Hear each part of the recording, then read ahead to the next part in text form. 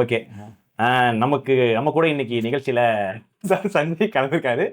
எந்த விஷயத்துக்காக அப்படின்னா, நம்ம எக்கோ ஆஃப் எக்ஸிஸ்டன்ஸ் வந்து உரையாடல் ஒரிஜினல்ஸ்ல வர 14ஆம் தேதி ரிலீஸ் ஆக போகுது. அதுக்காக இப்போ நம்ம அவர் கூட ஒரு உரையாடல் நடத்தலாம் அப்படின்னு சொல்லி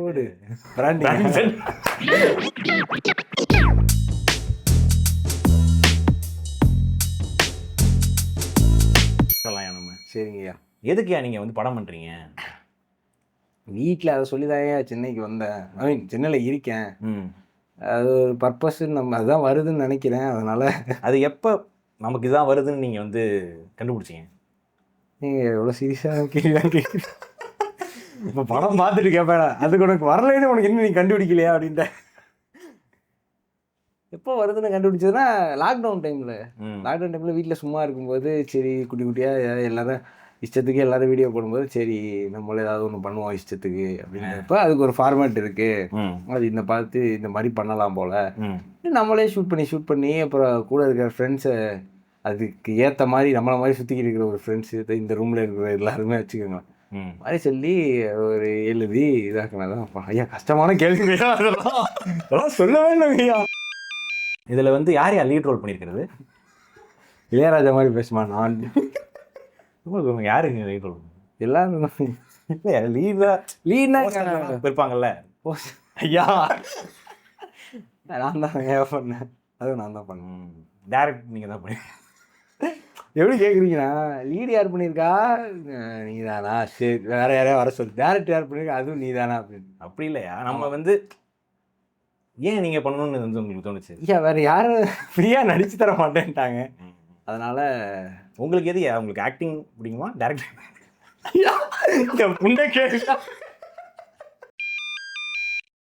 இப்போ வந்து உங்களுக்கு கம்ஃபர்டான மூவி என்ன? கம்ஃபர்டான மூவி டேஸ்ட் ஆஃப் செரிங்க ஐயா. இட்டாலியன் ஈரானியன் ஃபிலிம் பதறதுங்க ஐயா கேமரா பார்த்துட்டு. ஏன் அது ஃபேவரட்டான ஃபிலிமு? ஐயா அது அப்பாஸ் கியாஸ்டாமி பாருங்க ஐயா, புளிச்சி மாதிரி பேசுவேங்கய்யா. நானே இந்த வீடியோ பார்த்து போகலாம் அப்படின்னு இருக்குங்கய்யா. அதுக்கு ஏதாவது குறிப்பிட்ட காரணம் இருக்கா? ஐயா பர்பஸ் ஆஃப் லைஃப் வந்து அவ்வளோ ஈஸியானது கிடையாது அப்படின்னு அந்த படம் சொல்லும். அது மாதிரி பார்க்கவே சூதிங்காக இருக்கும், கம்ஃபர்ட்டாக இருக்குங்க ஐயா. ஓகே, அடுத்தது செம்ம படம் தமிழில் வந்தது எல்லாம் உங்களுக்கு பிடிச்சி ரீசெண்ட் டைமில்?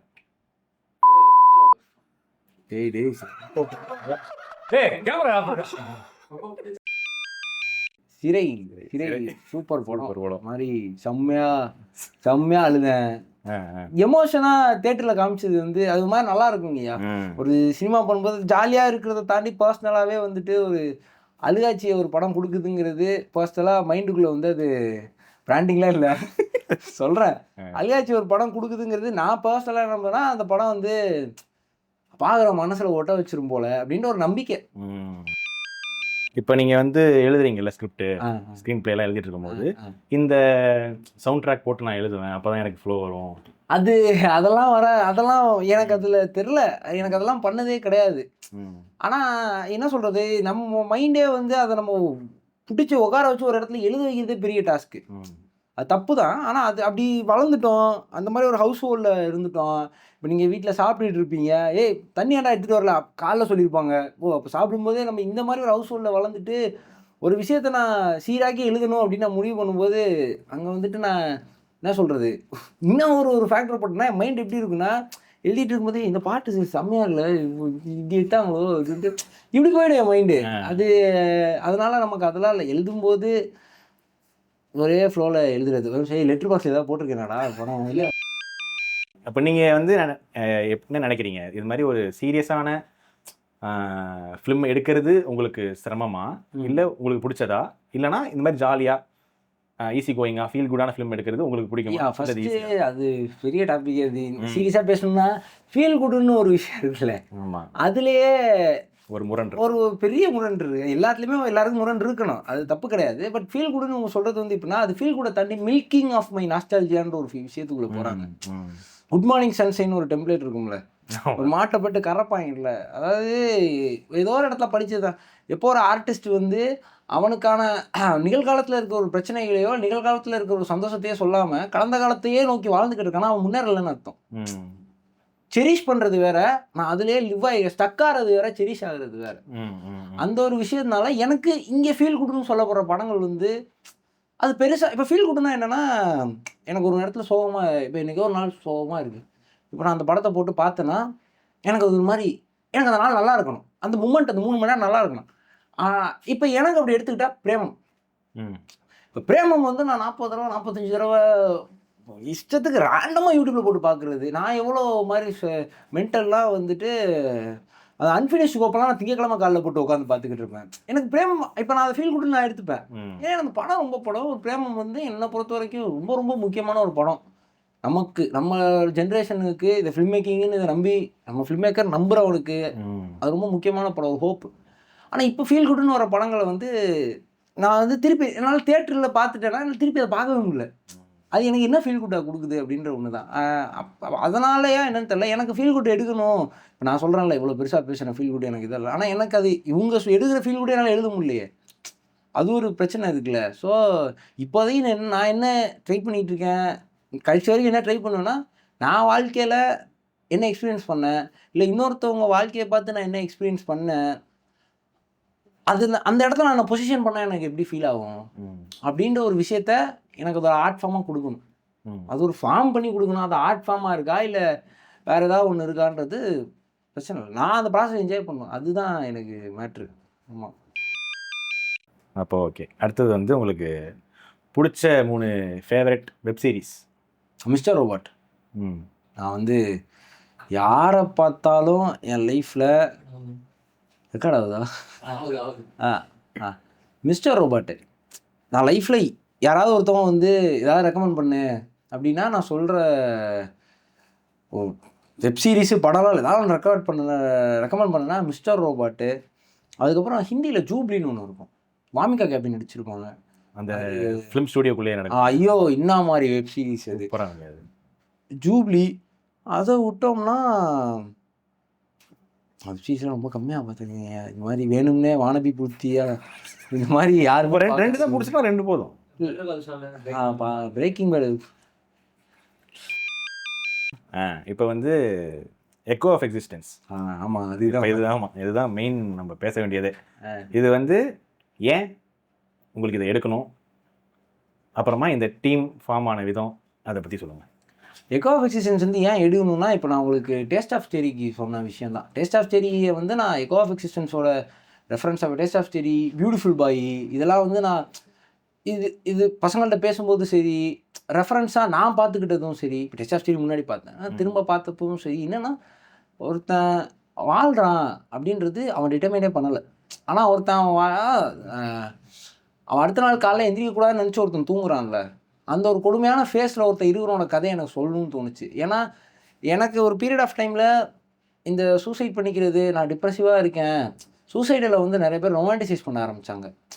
அது வந்து நான் ஒரு கன்சியூமராக சோஷியல் மீடியாவில் அந்த கண்டென்ட் கன்சியூமராகவே எனக்கு பிரச்சனையாக இருக்குது. ஏன்னா எனக்கு என்ன அறியாமல் அந்த தாட் உள்ளது. ஏன்னா நம்ம எல்லாருமே வந்து ஒரு மாப் மென்டாலிட்டியை ஃபாலோ பண்ணிக்கிட்டு இருக்கிறவங்க தான், தெரிஞ்சோ தெரியாமலே மாப் மென்டாலிட்டியை ஃபாலோ பண்ணுறேன். இல்லை நான் மாப் மென்டாலிட்டிலேருந்து வெளில வரேன்னு சொல்லி பேசுகிறவங்கள நீங்கள் டீப் டவுன் பார்த்தீங்கன்னா அவங்களே ஒரு மாப் மென்டாலிட்டி தான். அவனுக்கு பிடிக்கல, நம்ம ஏன் பிடிக்கணும், அது அப்போ நமக்கு இது பிடிக்கல தானே, இந்த சோனில் இருக்கணும் மாப் மென்டாலிட்டி. ஸோ நான் கன்சியூம் பண்ண விதங்கள் வந்து எனக்கு சூசைட் வந்து ஒரு செல்ஃப் ஃபார்ம் பண்ணுறது வேறு, செல்ஃப் கில்லிங் பண்ணுறது வேறு. அப்படி பேசுகிறவங்க ஒருத்தவங்க வந்து அதை ரொமான்டிசைஸ் பண்ணுறாங்கன்றப்போ எனக்கு ஒரு வீட்டில் ஒரு இழப்பு ஏற்படுச்சு. அப்போ தான் நான் அதை யோசித்தேன். எனக்கு ஒரு மாதிரி வீடான ஒரு ஆசை இருக்குது எப்பவுமே, இன்றைக்கி வரைக்கும் இருக்குது. இந்த நிறைய சின்ன பிள்ளை யோசிப்போம்ல, டைம் ட்ராவல் பவர் அந்த மாதிரி. என்னன்னா நம்ம செத்துறணும், நம்ம சாவுக்கு யார் நமக்காக அழுகிறான்னு பார்த்து திருப்பி உயிரோட வந்துடணும், இந்த மாதிரி ஒரு தாட்லாம் எனக்கு அப்பப்போ வரும். ரஜினி முருகனில் ஒரு சீனாகவே இருக்கும்ல, ரஜினி முருகனா அந்த மாதிரி யோசிக்கும்போது உண்மையிலே ஒரு சாவு நடக்குது, திருப்பி ஒருத்தவங்க வரமாட்டாங்க அப்படின்றப்போ எனக்கு ஒரு ஹிட் ஆச்சு. ஐயோ அப்படின்னு. அப்போது இந்த மாதிரி ஒரு லைஃப்பில் இருக்கிற ஒருத்தவன், நானும் ஒரு இந்தளவு எக்ஸ்ட்ரீமில் இல்லை, பட் நானும் அந்த ஃபேஸில் இருந்திருக்கேன்ல, அப்போ இதை பண்ணலாம் அப்படின்றப்போ ஆப்வியஸாக அது ஒரு ஸ்கிரிப்டாக டிரைவ் ஆகும். அது அரைவாய் முடித்த உடனேயுமே அஸ் யூஷுவல் கேட்டு, விக்கி சினிமாட்டோகிராஃபர், எடிட்டர் கேட்டு, இன்னொரு திலீப் டைரக்ஷன் உங்களுக்கு அனுப்பிச்சிட்டு நல்லா இருக்கா நல்லா இல்லையான்ற கேட்கல. இது பண்ண போகிறோம், எப்போ பண்ணலான்ற முடிவு சொல்லுங்கள். அப்புறம் இவங்க இதை கரெக்ஷன் சொல்லி அப்படி இப்படின்னு வந்தது தான் இந்த படம். இதுதான் டீம், இதுதான் இப்படி கம்ஃபர்ட் ஜோன்லேயே பண்ணிக்கிட்டு சுற்றிக்கிட்டு இருக்கேன். இப்போ நீங்கள் இப்போ நம்ம நார்மல் ஜென்ரலாக இந்த படம் இல்லை, நீங்கள் இதுக்கப்புறம் ஃபியூச்சரில் எடுக்க போகிற படமாக இருந்தாலும் சரி, எனக்கு இதை பார்த்து யாருக்காவது பயன்படணும் அப்படின்னு உங்களுக்கு ஏதாவது எண்ணம் இருக்கா? இல்லைன்னா இல்லை இது என்னோட படம், இது நான் வந்து எனக்காக எடுக்கிறேன் அப்படின்ற ஒரு ஜோனா, இல்லை இது மூலமாக என்ன மாதிரி இருக்கவங்களுக்கு ஹெல்ப் பண்ணணும் அப்படின்ற மாதிரி ஜோனா? கடைசியாக சொன்னதான், என்ன மாதிரி இருக்கிறவங்களுக்கு இது ஏதோ ஒரு இடத்துல இந்த படம் வந்து 2 விஷயம் தான். காமெடியாக சொல்லணும்னா அது என்ன நான் தினசரி வாழ்க்கையை கடந்து போகிறதுக்கு, இந்த ஃபேஸில் நான் சர்வே வர்றதுக்கு ரொம்ப முக்கியமான விஷயமா இருக்கிறது அதுதான். இவன்லாம் படம் எடுக்கலாண்டா, நம்ம எடுத்துடலாண்டான்ற ஜோனில் ஒருத்தவங்க நம்ம படம் கொடுத்துடணும். இப்படியும் எடுக்கலாண்டான்ற ஜோனை அவன் டிரைவ் ஆகிடும். பட் என்னோட டீப் டவுன் என்னென்னா, ட்ரை பண்ணிட்டே இரு, நாக் பண்ணிக்கிட்டே இரு, டோரை உடச்சிடலாம் ஒரு நாள். நான் கருத்து ரீதியாக ஒரு கருத்துக்கு நான் முன் வைக்கணும். ஆனால் அது எல்லாரும் வைக்கக்கூடாது, வைக்கணும் அவங்க விருப்பம். ஆனால் அரசியல் ரீதியாக, ஒரு புரிதல் ரீதியாக, இன்னொருத்தவங்க ரீதியாக என் படம் என்றைக்குமே அறமற்று இருந்துடக்கூடாதுன்றதுல ஓரளவு ஏதோ ஒரு பொறுப்பு இருக்குது. இப்போது பழகுற மக்கள், பேசுகிறவங்க, நம்ம யாரை கன்சியூம் பண்ணுறோம், கன்சியூமிங் தான் ரொம்ப பெரிய சேஞ்சை கொடுத்துச்சுன்னு வைங்களேன். இப்போ எக்கனாமிக்ஸ் அரசியல் ரீதியாக ஒன்றும் கிடையாது. ஆனால் என்னை பொறுத்த வரைக்கும் என்னென்னா, ஒருவேளை சூசைடெல்லாம் ஒரு நெகட்டிவ், இவங்க எல்லாருக்கும் ஒரு நெகட்டிவ் விஷயமா நான் ஃபஸ்ட்டு ஒரு எண்டிங் வச்சேன். அதுவங்களாம் சொல்லும்போது அது நிறைய பேர் அது ஒரு வேலை இதாகிடுச்சுன்னா, இப்போ இந்த படத்தை ஒரு 1000 பேர் பார்த்தாலும் 1000 பேர் பார்க்குறாங்கன்றது தான் என் மைண்டில் இருக்கும். ஒரு கோல் கிடையாதுல்ல. ஸோ அந்த மாதிரி ஒரு விஷயம் தான் எனக்கு. என் படம் இதை நான் எடுக்கிறேன், நீங்கள் படமாக மட்டும் பார்க்கலாம் வேணாம். ஏதோ ஒரு இடத்துல என்றைக்கோ ஒரு நாள் நம்ம நம்புகிறவங்க, நம்ம பெரிய ஆள் ஆகணும்னு நினைக்கிறவங்க, அவங்களுக்குலாம் இந்த படம் வந்து இவனையா நம்ம நினச்சிட்டு இருந்தோம் அப்படின்ற மாதிரி எனக்கு இருந்துடக்கூடாது. அது மாதிரி நமக்கு இப்போ குறிப்பாக எனக்கு எக்கோ எஃபிஷியன்சி ஏன் நான் வந்து உங்களுக்கே தெரியும், நம்ம படம் எடுத்தது February 2025, இப்போ ஜூனில் ரிலீஸ் பண்ணுறோம். இந்த ஒரு வருஷ பீரியட் இருக்குல்ல, சத்தியமாக சொல்லணுன்னா ஐயா ஒரு பொய்யே 100 150 யாருன்னே தெரியாதவங்க மெசேஜ் இருக்கும் என்னோடய இன்ஸ்டா டிஎம்மில். எல்லாருமே கேட்குறது எப்போங்க ஒருத்தரெல்லாம் ஓப்பனாகவே சொல்லியிருக்காங்க, இன்னத்தை தான் நீ அப்படி எடுத்து வச்சுருக்க பாப்பா, ஏன் உனக்கு ரிலீஸ் பண்ண பயமா? இப்போ நம்ம நேற்று டீசர் விட்டோம், அது அனௌன்ஸ்மெண்ட்டு தான். அதுக்கு அத்தனை பேர் ஃபைனலி வருது ஓகே, இவங்களோட ஏதோ ஒரு தாட்டில் இந்த படம் இருந்திருக்கு. நம்ம பயந்தது தான், ஐயா ஸ்க்ரீனிங் முடிச்சுட்டே நம்ம விட்டுருந்துருக்கோமோன்ற பயம் இருக்கும்போது ஏதோ ஒன்று பண்ணுறாங்களாச்சு. இவங்க கடைசி வரைக்கும் இந்த கூட்டம் குறைஞ்சிடக்கூடாது, இந்த கூட்டம் ஏறலையோ பிரச்சனை இல்லை. எப்பா இவன் இப்படி ஒருத்தன் இருந்தான்ப்பா, இப்படி ஒன்று பண்ணான்ப்பா, அது நல்லா பண்ணியிருக்கான்ப்பா அப்படின்ற ஒரு குட்டி வேலிடேஷன் வைங்களேன். அதுதான் அது ஒன்று தான் நம்ம ஓட வச்சுட்டு இருக்கு. அப்படி தான் படம் இருந்தாலும் பெட்ரு. உங்களுக்கு பிடிச்ச செம்ம ஜாலியாக இருக்கும். உங்களுக்கு பிடிச்ச தமிழ் டைரக்டர் யாரு? ஐயா ஹரிங்க. ஹரியா? இருங்க ஒரு வருஷம். சாமி கோவில். சாமி அருள். அருள் ஐயா. அருள் ஆறு. ஆறு தாமிரபரணி. ஆறு வேல். கிடுக்க புடிய ஐயா ஆறுதான். ஆதரன் கோவன் நாஸ்தி பண்றா 3 கட்டு ஒரு டம்மு பேசுறா உன்னை வாய்க்கு வார்த்தைக்கு வார்த்தை அண்ணன் வயிறுல இருந்தா. ஆறு சேவல். ஆறுங்கய்யா ஐயா சேவல் சேவல் சொல்லுவீங்க.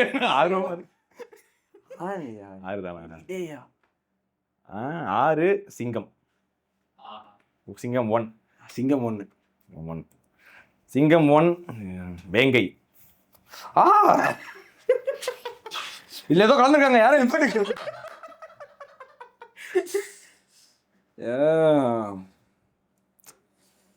சிங்கம் தான். சிங்கம் 1 சிங்கம் 2. சிங்கம் 1 சிங்கம் 3. கம்பேர் பண்ண அதனாலதான் பண்ணக்கூடாது. சிங்கம் 1 சாமி ஸ்கொயர். ஐயா உங்களுக்கு தெரியுமா, ஹரி எனக்கு உண்மையிலே ஹரிதான் பிடிக்கும். நான் இதுக்காக சொல்ல ஃபர்ஸ்ட் ஷோ சாமி ஸ்கொயர் லிட்டரலி ஃபர்ஸ்ட் ஷோ இல்லை வெறி ஆயிட்டேன். இப்படி பண்றான் சாமி இல்லை பூதம் அப்படி வேதம்ன்றான். ஐயோ லைட் சிறகுன்னு போவோம். சிங்கம் தான்யா அம்மா. இப்போ சாமி ஸ்கொயர் கிடையாதா? ஐயோ அப்ப சிங்கம் தான் வின்னர். எப்படி இப்போ வந்து ஷார்ட் ஃபிலிம் நீங்கள் வந்து எடுத்துட்டீங்கல்ல, எப்படி இப்போ ஒரு ஷார்ட் ஃபிலிம் ப்ரொடக்ஷன் ஹவுஸை ரீச் பண்ணுறது? ஐயா அது சொல்லுங்க, கேள்வி. இதுதான் கொஸ்டின். ஐயா ஆக்சுவலாக அது நான் வந்து ரொம்ப வியர்டான ஒரு அப்ரோச் நான் பண்ணேன். ஃப்ரெண்டு ஷிஃப்டி சொல்லுவான், அவன் இன்ன வரைக்கும் சொல்லி சிரிப்பான். கதைலாம் எழுதிட்டு கேன்வாவில் போயிட்டு ChatGPTயில் போட்டு இன்ஸ்டால் போட்டு இந்த மாதிரி ரிவர்ஸில் பண்ணேன். என்கிட்ட ஒரு கதை இருக்குது, உங்களுக்கு தெரிஞ்சு யாராவது ப்ரொடியூசர் இருந்தாங்கன்னா என் ஐடி கொடுங்க, ஒரு காஃபி சாப்பிட்டுட்டே கதை சொல்லலாம், இப்படி அப்ரோச் பண்ணி தான் நிவாஸ் பிக்சர்ஸ் மாட்டினான். ஆனால் வந்தாருப்பில்ல அப்படியே அவர் கேட்டாப்புல என்னடா கதை இதுன்னு சொன்னாப்புல. அப்புறம் அவர் கூட கதை கேட்கும் இலாக்கால இருந்துலாம் வந்து 2-3 கரெக்ஷன் சொன்னாங்க. அப்படிதான் போச்சு. ஸோ இந்த ப்ராப்பர் வழி அப்படி எதுவும் இல்லை, அப்படிலாம் நான் பண்ணலை. ஏன்னா இதுக்கப்புறம் பண்ணவும் மாட்டேன், ஏன்னா ஒருத்தவங்க தான் அப்படி ஏமாறுவாங்க. இதுக்கப்புறம் ஃபீச்சர் ஃபிலிம் தான். இப்போ பார்த்துட்டு இருக்க வியூவர்ஸ் வந்து வேற ஏதாவது அவங்களுக்கு ஷார்ட் ஃபிலிம் எடுத்துகிட்டு போய் எங்கேயாவது ப்ரொடக்ஷன் ஹவுஸில் கொடுக்கணும், எங்கே போய் எப்படி போய் உங்கள் சேனலே ரிலீஸ் பண்ணுவாங்க. அப்புறம் வந்து இது வேற நீங்கள் ஃபிலிம் ஃபெஸ்டிவலுக்குலாம் அனுப்பி சக்கோனி பையில் எடுத்து வந்திருக்கீங்க நிறையா அவார்ட்ஸ்லாம். பெண்ணாலாம் எடுத்து வரோம் மயக்கம் இவன் முன்னாடி மாதிரி காமிக்கலாம் அங்கே அது மாதிரி அதோட ப்ராசஸ் பற்றி சொல்லுங்கள். உங்களுக்கு அது எப்படி அனுப்பலான் இருந்துச்சு, இது அது வந்து தெரியாதவங்களுக்கு யூஸ்ஃபுல்லாக. அது ஆக்சுவலாக என்னென்னா, அது ரொம்ப ஆக்சுவலாக என்னன்னா, இந்த படத்தை பண்ண போகிறோம், இது ஃபிலிம் ஃபெஸ்டிவல் தான் பண்ணணும் அப்படின்ற ஒரு ஐடியாவில் இருந்தப்போ 2-3 ஃப்ரெண்ட்ஸை மீட் பண்ணேன். அவங்களாம் என்ன சொன்னாங்க, நீ ஒரு கதை எழுதும் போதே இதை ஃபிலிம் ஃபெஸ்டிவல்ன்ற ஜோனில் எழுத, அதை எடுக்கும்போது உனக்கு அதுக்கான இந்த இடத்துல நீ ஏன் ஸ்டெடி ஷாட்ஸ் வைக்கிற, இந்த இடத்துல ஏன் இது பண்ணுற, இந்த இடத்துல ஏன் ஹேண்ட்லிங் வைக்கிறேன்றதுக்கான காரணம், அது கேள்விக்கான பதில் உங்ககிட்ட இருக்கணும். அப்போ சொல்கிறப்போ எனக்கும் விக்கிக்கும் நிறையா சண்டை, கேட்டுக்கணக்கும் சண்டை நிறையா நடந்தது. அதுக்கப்புறம் ஒரு படமாக டிரே அவுட்டாக எடுத்துகிட்டு சரி ஓகே இது ஃபிலிம் ஃபெஸ்டிவல் அனுப்பலான்றப்போ செம்ம ஹெல்ப்ஃபுல்லாக இருந்தது. ஃபிலிம் ஃப்ரீவே வெப்சைட்டு என்ன பண்ணுவேன்னா, உட்காந்து ஒரு படம் முடிச்சுட்டு ஒரு 1.5 மாதம் வந்து ஃபிலிம் ஃப்ரீவே வெப்சைட் ஓப்பன் பண்ணி வச்சுட்டு ஒரு நோட் எடுத்துகிட்டு நம்ம பட்ஜெட்டில் ஃபஸ்ட்டு ஃப்ரீயாக பார்த்து அந்த ஃபெஸ்டிவல் இருக்கா அதோட ஃபோட்டோஸை போய் பார்க்குறது, இது உண்மையிலே எப்படி நடக்கிறாங்களா, உண்மையிலே அவார்டு கொடுக்குறாங்க, இப்படி பார்த்து அதுக்கப்புறம் இந்த இன்ஸ்டாகிராமில் இதுக்கு முன்னாடி ஃபிலிம் ஃபெஸ்டிவல் சர்ச் பண்ணவங்கனாலே உங்களுக்கு வரும்ல, அவங்கள்ட்ட போய் பேசுறது, என்னென்ன இருக்குது எப்படி பண்ணலாம் அப்படின்ட்டு பேசி இப்படி தான் பண்ணது. ஃபிலிம் ஃப்ரீவே தாங்க ஐயா, செல்ஃப் லேர்னிங் ஃபிலிம் ஃப்ரீவே. அப்புறம் நிறைய இடத்துல வந்து ஸ்கேம்லாம் இருக்கும். இந்த மாதிரி கூப்பிட்டு நீங்கள் செம்மையாக செலக்ட் ஆகிருக்கீங்க, உங்கள் படம் சூப்பராக இருக்குது, 2000 ரூபா கொடுத்தீங்கன்னா அவார்டு உங்களுக்கு வந்துடும், டிக்கெட்டை நீங்களே போட்டு வந்துடலாம். அப்புறம் இதுடா நீ வாடகை காசு என்கிட்ட தான் வாங்குற, அவார்டுக்கும் வாங்குற, எதுடா அப்படின்ட்டு இருக்கும். அந்த மாதிரியும் இருந்தது. ஆனால் அது கொடுக்குற நம்ம காசு இல்லை, நமக்கெல்லாம் அவங்க போட்டு அவங்களே கூப்பிட்டாங்க, சந்தோஷம்ப்பா அப்படின்ட்டு போயிட்டு வந்தாச்சு. இதுதான் ஃபிலிம் ஃப்ரீவே தான். நமக்கு ஒருத்தன் செல்ஃபாக லேர்ன் பண்ணுறதுனா உங்களுக்கு எல்லாமே இருக்குங்கய்யா, ஃபில்டர் இருக்கும், எத்தனை ஷார்ட் ஃபிலிமு எத்தனை செகண்ட் நிமிஷத்துக்குள்ளே இது எல்லாமே இருக்கும். ஸோ அதனால் பிரச்சனை கிடையாது. அதுதான் சூப்பர், அதுதான் ப்ராசஸ் சூப்பர். ஆமாம். ஸோ எக்கோ ஆஃப் எக்ஸிஸ்டன்ஸ் வந்து எக்கோ ஆஃப் எக்ஸிஸ்டன்ஸ் வந்து 14/6/2026 வந்து உரையாடலில் ரிலீஸ் ஆகுது. படம் பார்த்துட்டு எப்படி இருக்குது, என்ன பிடிச்சிருக்கு, என்ன பிடிக்கல, எதுனாலும் கமெண்ட்டில் சொல்லுங்கள். நிறையா பேர் யாராவது தோணுதோ ஷேர் பண்ணுங்கள். அடுத்து வேறு ஏதாவது இன்னும் நல்ல படத்தோட உங்களை சந்திப்போம். சூப்பர் க்யூட்டாக சொல்லிட்டீங்க. அவ்வளோதானே, அவ்வளோதான். தேங்க்ஸுங்க. நன்றி. சூப்பர்.